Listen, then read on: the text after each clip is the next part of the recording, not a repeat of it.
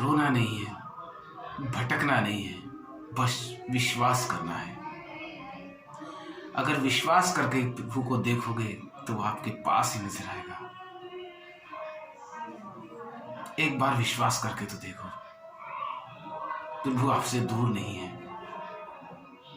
अगर दुख आते हैं तो प्रभु भी आपके साथ होते हैं, लेकिन अगर आप उसमें विश्वास करते हो, एक बार विश्वास करके तो देखो। मैं आपको जो अनुभव सुनाने जा रहा हूं वो विश्वास पर भी आधारित है। मैं हिमेश नागर, हरे कृष्णा। दोस्तों, ये घटना दिल्ली की अनुपमा की है। हर कोई औरत चाहती है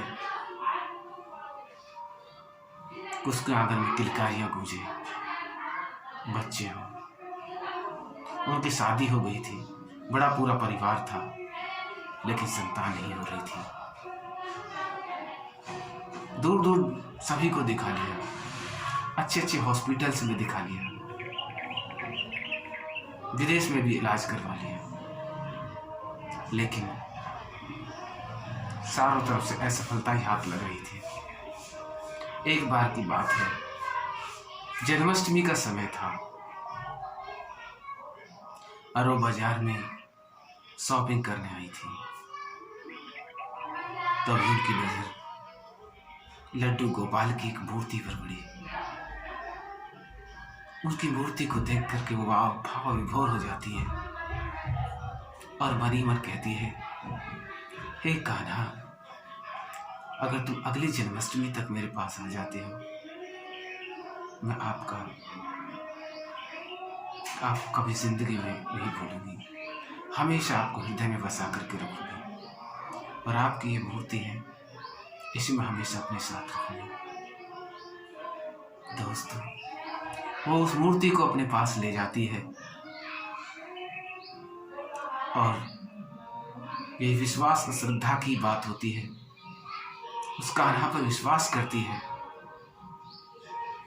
उस पर अटूट श्रद्धा कर देती है। दोस्तों, उनसे प्रेम करती है, हृदय में अपने हृदय में उसको उतार लेती है। वो जिस हॉस्पिटल में उनका इलाज चल रहा था, रिपोर्ट आती है कि वो प्रेग्नेंट हो गई है। ये सुन के उनके परिवार में हर्ष उल्लास खुशी छा जाती है कि काफी दिनों बाद ये खबर सुनने को मिली है। चारों तरफ खुशी फैल जाती है। उसके बाद वो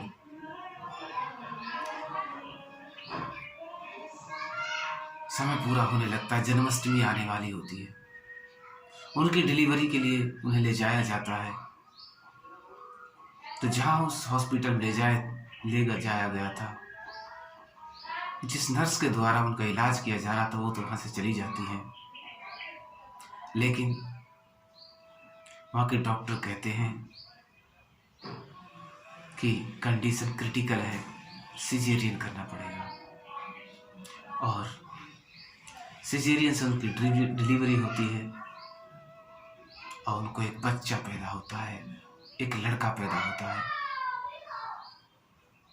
जिससे उनके परिवार में खुशी छा जाती है।